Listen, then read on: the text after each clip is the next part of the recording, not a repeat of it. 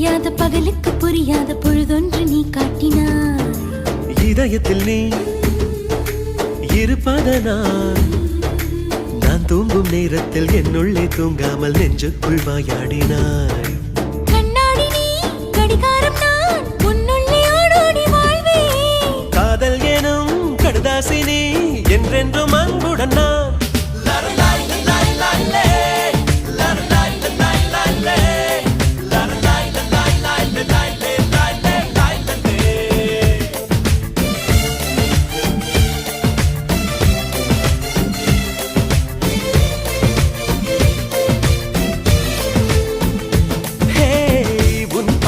பைத்தியமானேன் உன் வார்த்தையில் பாக்கியமானேன்.